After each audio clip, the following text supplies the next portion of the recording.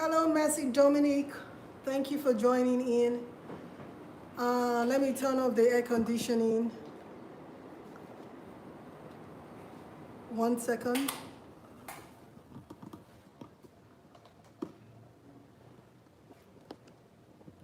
It's too bright.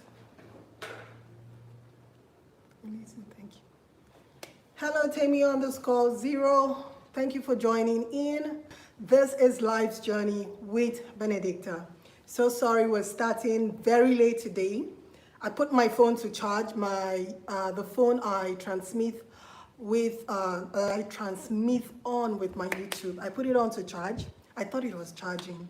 And then when it was time for me to pick it up 20 minutes ago, I discovered that it wasn't charging. The battery was actually on 0.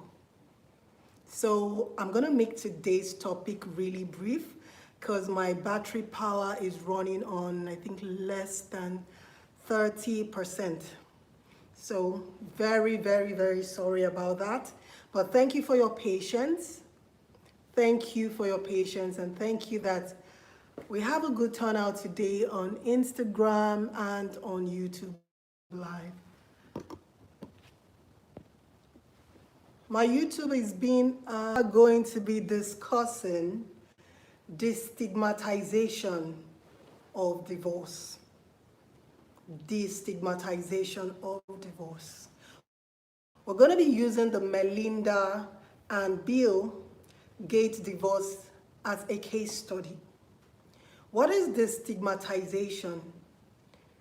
Destigmatization in anything is removing associations of shame and disgrace from a situation. When you try to remove the association of shame and disgrace from a situation, you are trying to destigmatize that situation. So I think the problem we are having in this part of the world is the way we look at divorce, the way we look at the institution of marriage, the way we look at the divorce situation, the way we look at divorcees, people that have come out from a previous marriage. We look at them like failures. We look at them like people that are low-brainers. You know, people that didn't try hard enough to make their marriage work. So we all have to work together in order for us to be able to destigmatize the entire divorce process. It's not just going to take one person. It's not going to take 2 people or 3 people. It's going to take every one of us. It's going to take us as a community, as a people, to remove the stigma from divorce. It is not the end of the world. It doesn't mean that you are a low-brainer. It doesn't mean you're a failure. Because it didn't work for you the first time around, doesn't mean it might not work for you the second time around. That is, if you decide to give it a second shot. Now, on today's topic, we are going to be using the Melinda and Bill situation or their story as a case study. And at the end of it, I'm going to be sharing with you the few things that I have learned from their situation. Now, you see, as sad as the situation is for some of us, because I mean, when I heard the story, I was shocked, I was sad, you know. For a lot of us, I'm going to speak for myself, I look at them like this couple that have come a long way. I think they have gone past their silver jubilee. So I see them as a couple that have stood the test of time, that have so much in common. I admire them as individuals. I admire them as a unit. I admire them for their accomplishment as a couple. So the news came to me as a shock. I was sad, you know. I mean, who would have thought that Bill and Melinda would be fighting for a divorce? But this goes to show that divorce can happen to anyone. and it is not a yardstick to measure your successes in life. Anyone can become a divorcee. So that is one moral behind this. Anyone can become a divorcee. And I think this should also serve as a lesson or as a pointer to the judiciary in our country. We make it so difficult, almost impossible, for couples to come out and file for a divorce easily. Imagine in the Nigerian court, a couple will walk into the courtroom and say they want to obtain a dissolution of marriage due to irreconcilable differences. That is not going to fly. You're going to have to tell the court long, gory tales. You're going to have to tell the court how you both tried to kill each other, how the other person is a witch, how the other person tried to murder you, and the story goes on and on and on. It is so bad in our Nigerian judicial system that if for any reason the judge should find out that you are still cordial, you're still friends, you still visit each other, or you still find time to, hang out and have a drink and discuss issues, maybe children-related issues, birthday, graduation ceremony plans for your children, or even taking your children out together on a lunch date. In Nigeria judicial system, I'm telling you, you're not going to get a divorce. The judge is going to tell you that both parties are not yet ready for a divorce, that you should go home and work on your differences.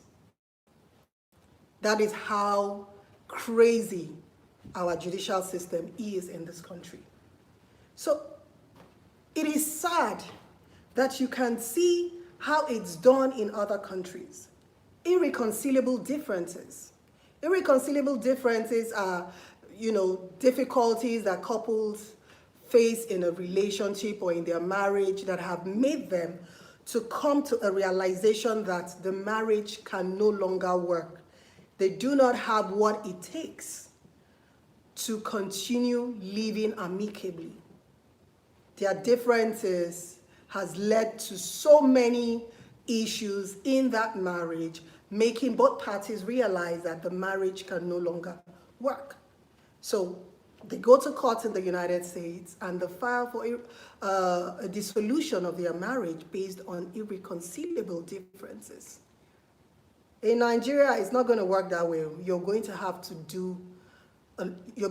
to spit it out, like go the extra mile. You have to say every detail, how everything happened. They're going to put you through, it's like a drill, You're going to have to relive all those memories that you have tried over the years to bury and try to deal with, try to move on with your life, leaving those memories behind. You're going to have to relive all those memories. So they make the process here so difficult. And in the bid of getting all these details, they turn to people that should actually be moving on with their lives, respecting each other's boundaries, moving on with their lives, still maintaining a cordial relationship. The judicial system in this country ends up turning both parties into mortal enemies. Yes, that is what we achieve at the end of the day in our bid to ensure that, they really know what they are doing. They really want to go on with this divorce. I think as a nation, we should learn from the Melinda and Bill divorce situation that divorce is not the end of the world. It isn't the end of the world. Both parties can file for a divorce and still continue to remain friends. You can file for a divorce and still be able to say hello to the other party when you see them. You can still be able to say good morning to your ex-husband or your ex-wife. So as a nation, we can't achieve this if we are unable to destigmatize the entire divorce process. Make it look like part of living. Just like people get married, people get divorced. Why can't we say happily married, happily divorced? Why does it have to be happily married, suicidal, divorced? I'm divorced and I'm going to kill myself. I'm divorced, I'm going to put an end to my life. I'm divorced, I cannot face my friends, my family, my colleagues. It's the end of the world for me. I'm divorced, if I see you on the streets, I'm going to blow your brains out. Divorce must not always be contentious. That is the message. This is one of the stories, one of the morals I have learned from the Bill and Melinda issue. Divorce does not have to be contentious. You can be divorced and still be cordial with your ex-spouse. And I am pleading with everyone in Nigeria, we as Nigerians, like I said, the change cannot start and end with one person. The change cannot start and end with one pastor or one traditional ruler. The change has to come from each and every one of us. We have to remember that we make up the society.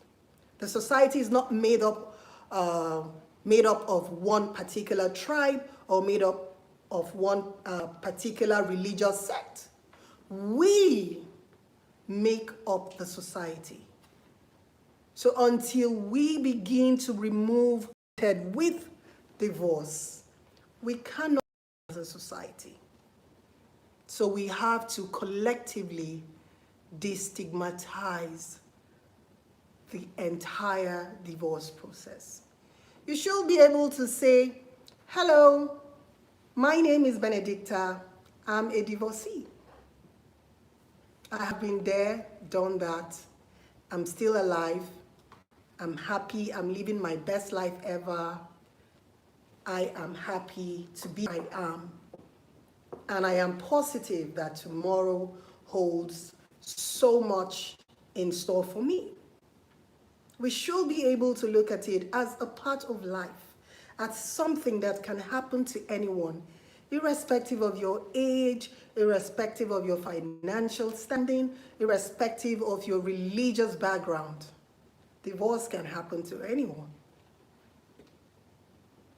If we look around us, we're going to notice that the trend between the demography of people filing for a divorce now is on the rise when you look at the people we call the diamond divorcees or the silver splitters, people that divorce after 25, 27, 30 years of marriage. A lot more older people are getting divorced.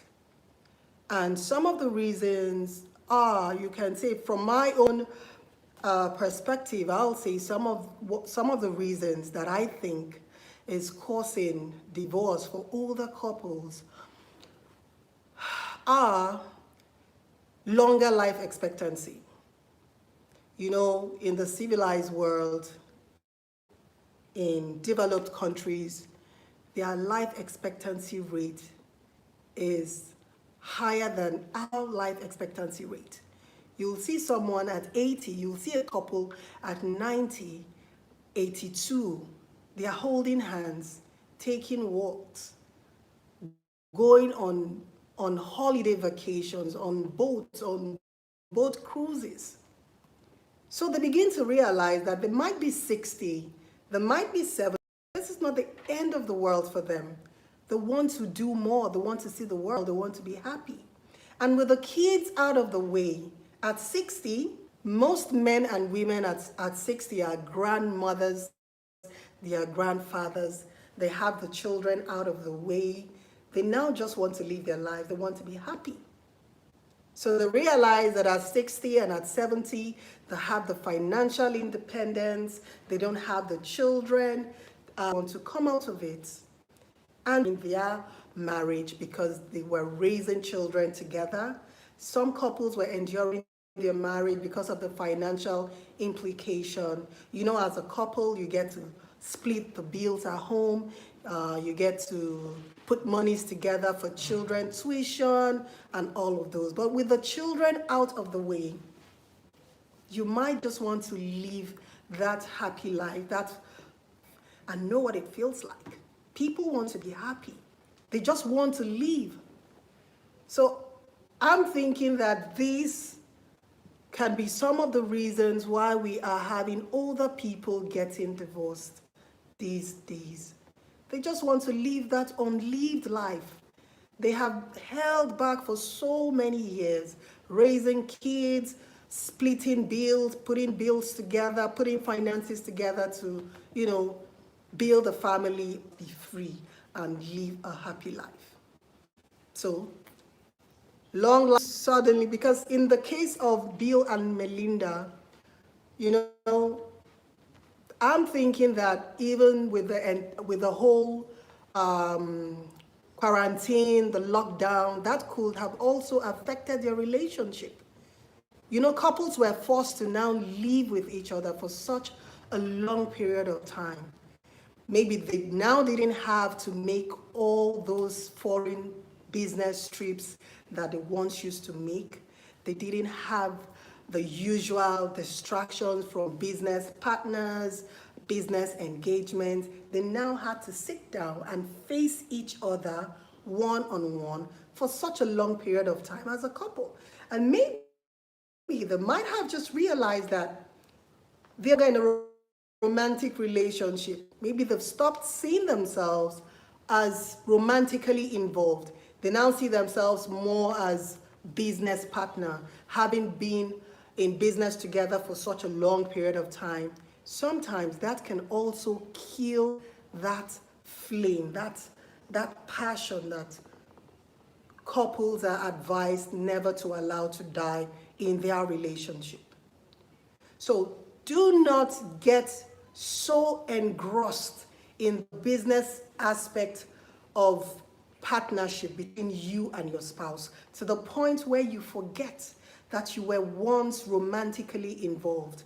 Because when that passion fizzles out and all you can see is business deals, business transaction, after so many years of being married.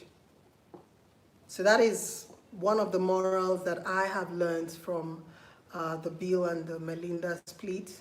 Do not get too engulfed with business deals that you forget that you were once romantically involved. Now, I'm going to take some questions here from some comments rather. Typical example of all the money in the world can't even hold marriages together. I agree with you. Exactly. It takes more than financial stability to hold a marriage together, Binta. You're right. It takes more than that. After 27 years, they realize they have nothing in common anymore. Yeah, Binta, I remember, from the statements they gave on their Twitter accounts, that was exactly what Melinda said, that they have realized that they can no longer continue to grow together as a couple. And as a result of that, they want to go their separate ways. So it's really saddening, that this happened. And another thing I would commend Bill and Melinda, or rather I'll commend Bill on this whole divorce issue, was the fact that he was willing to, split their wealth. He was willing to split their assets, their shares, and give Melinda whatever it is they have agreed that would be given to her. Remember that when Melinda met Bill, Bill was already the CEO of Microsoft. That is what is amazing. He was already the CEO of Microsoft, and she joined them as a product sales person. She joined them as a product sales representative. So imagine a typical Nigerian man, you marrying him as the CEO of his company, and you joined as a staff. I'm telling you, if that man is divorcing you even 50 years afterwards, he's going to give you nothing. He's going to tell you that you met him as an already made man. When she met Bill, Bill was CEO of Microsoft. So a typical Nigerian man is not going to give you anything. And trust me, he's going to make sure that he fights you in the Nigerian court to ensure you get nothing. So this is commendable, and I believe men and women from this part of the world, men and women from Nigeria, should take leave from this. It should serve as a lesson that because you were made, or because you were rich, or because you owned the business enterprise that your husband or your wife later joined you in the event of a divorce, he or she comes out empty-handed. That is mean, because we all know how hard Melina worked in ensuring that their charity organization grew in leaps and in bounds. So it will be wicked for him to let her go without her going with her shares, without her going with what is duly hers. Like I said, divorce doesn't have to be contentious. We have to learn that it doesn't have to be contentious. African Americans too. Binta_Ghana, really? So African Americans, in the event of a divorce, they let their spouses go with nothing, or they fight you to ensure you go with nothing.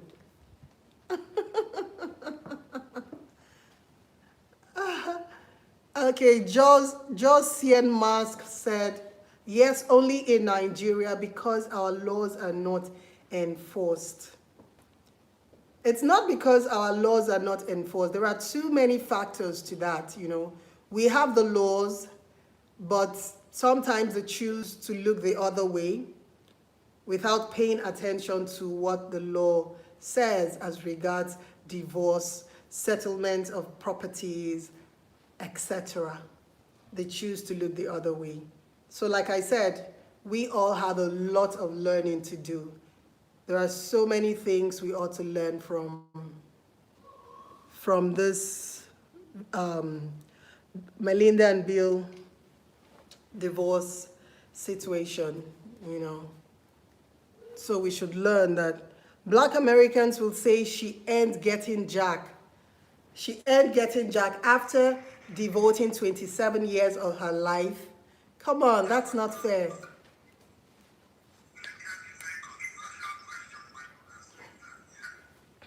Hello.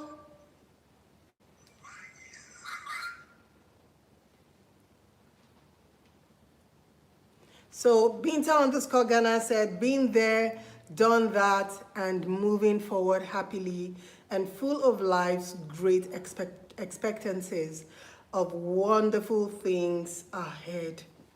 Exactly. Binta_Ghana, thank you for that.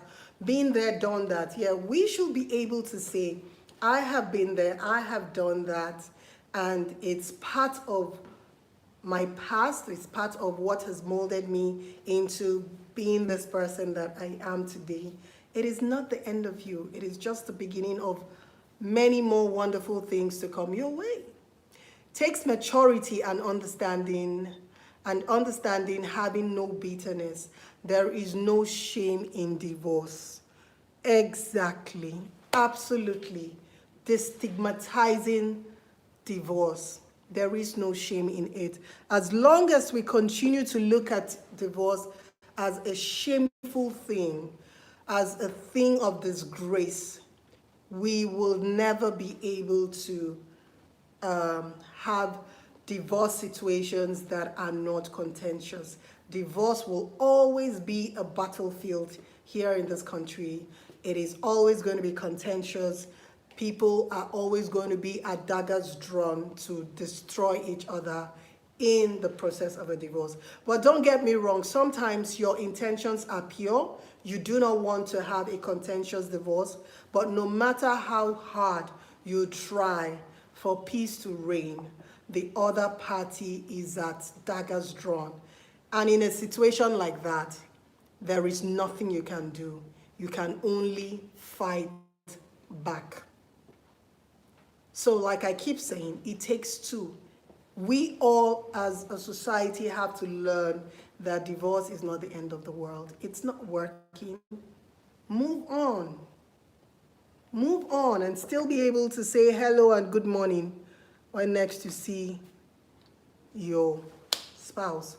So thank you all. I hope we all learned something from the Melinda and Bill Gates divorce situation. I mean, we all learn from each other's stories. We learn by listening, by reading about other people's experiences and discussing them. That is how we learn. We mustn't make the same mistakes that others made in order for us to be successful in life. We learn from each other's stories. So these were the morals that I took home from the Melinda and Bill Gates situation. Always remember that you were once romantically involved. No matter how long you've been together in a marriage, don't let that romance, that passion fizzle out. No matter how much you have in common, even if you're business partners, remember that you were once romantically involved and try to keep it together. You can have it both ways. You can be business partners, you can be romantically involved and still be business partners. But remember, if it's no longer working and you're no longer satisfied in that relationship for many reasons, you have the right to come out of it, file for a divorce, and still remain friends.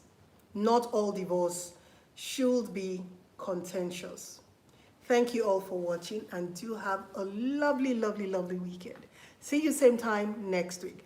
And remember to subscribe to this channel. It is youtube.com/tastebudzng. And if you have already subscribed to this channel, remember to hit the notification bell. That way you will be notified each time we have a new video upload. Thank you all for joining in and thank you for your patience today. Bye-bye.